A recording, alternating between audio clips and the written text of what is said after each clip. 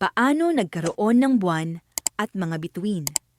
Isang araw sa mga panahong malapit na ang langit sa lupa, ay lumabas ang isang spinster upang magbugbog ng bigas. Bago niya simulan ang kanyang trabaho, tinanggal niya ang mga kuwintas sa kanyang leeg at ang suklay sa kanyang buhok. At isinabit ang mga ito sa langit na sa oras na iyon ay parang coral rock. Pagkatapos ay nagsimula siyang magtrabaho. At sa tuwing itinataas niya ang kanyang halo sa hangin, ay tumatama ito sa kalangitan. Ilang oras niyang binatukan ng palay at pagkatapos ay itinaas niya ang halo ng napakataas na tumama sa langit ng napakalakas.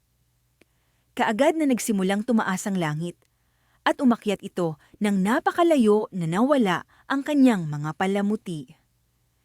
Hindi sila bumaba dahil ang suklay ay naging buwan at ang mga butil ay ang mga bituin na nakakalat. Paano nagkaroon ng buwan at mga bituin?